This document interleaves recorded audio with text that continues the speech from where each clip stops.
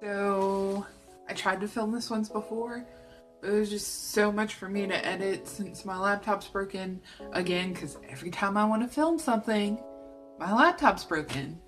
It was all creepy and nice, and I even put these up, which you can't see them because their head's up here, but like creepy ghost decorations and everything like that. But oh well. If you hear the pig in the background, I am also sorry. My roommate has a toy pig. So, yeah. Alright, so for this video, and I have some notes here, I decided to do vampires. I don't really know why, but I was feeling the urge to do vampires, and I know in like New Orleans and Louisiana, there's actually a bunch of stories about vampires. So I did pick 3. I might only get to 1 in this video and then do the other 2 in a different one. But I wanted to tell my most favorite interesting one just because the person involved seems like a really cool dude, I guess. So yeah. So if you want to hear urban legends / stories about vampires, here you go. So I'm trying to talk really fast, so let's just go ahead and do this, because my phone is gonna die, which is what I'm filming on, so we'll see. We'll see how it works out. Alright, so the first story I have is of Count Saint-Germain. I think that's how you pronounce it. I had to look that up for some reason, and I'm really good at French, but I don't know. Anyway.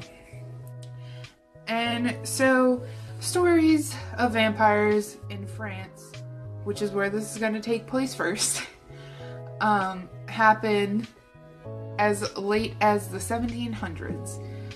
Now, Count Saint-Germain, he was well known in the courts. Yes, courts. So he went to a bunch of parties and would always be talking up to people and drinking. Now, when he did go to these parties, he never ate anything though. He simply just sat, drank wine, told stories, and he was a really interesting person. He was a master of piano and violin and spoke 6 different languages.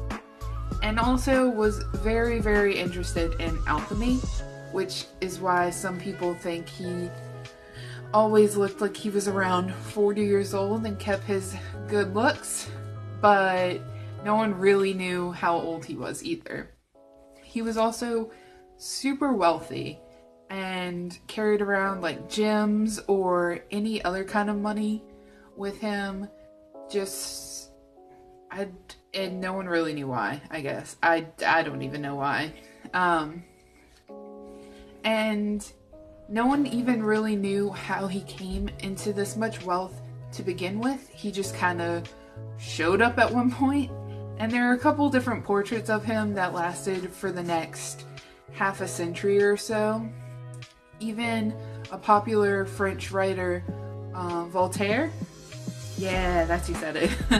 Voltaire said that he was I had to write it down because I forget every time. Okay. The man who knows everything and never ages. So to have someone as big as Voltaire say something like that, he's pretty interesting and well-known dude. Now we're gonna fast forward to Jacques Saint-Germain, who ended up being in New Orleans a little bit later. And this man also was described in the same exact way the Count was described. I couldn't find any real pictures of Jacques, but, you know, if he did look the same, I found plenty of pictures of the Count, because there were so many of them. So Jacques also liked to entertain and have parties and stuff like that. He did have food at these parties, but like the Count, he never ate any of the food. He was only seen talking and drinking loads of wine. And he talked, I'm guessing, about similar topics, like history and chemistry and everything like that. He was very knowledgeable, also knew the piano and violin. It's fun. So one night after these parties, he had a woman stay a little bit later, and they were out on his balcony talking, I would assume. Who knows? But reportedly, Jacques grabbed this woman and tried to bite her neck. Now, like I said, they were on the balcony, so the only way she could escape was to fall off of the balcony, which she did. Don't know why. Don't know. Well, I know New Orleans balconies aren't too high sometimes, depending on what building you're in, but at the same time, falling off a balcony does not sound fun to me. Moving on though. And so immediately she ran to the police. Once the police got to Jacques' apartment, he was nowhere to be found. All they could find were blood-stained tablecloths, and when they searched the kitchen, they found absolutely no food or trace that food had ever been there. And then lastly, they found wine. Mostly wine. So the police eventually decided to just pour themselves a glass of wine, since they couldn't find Jacques or were waiting to see if he would show up. So they poured themselves a glass of wine.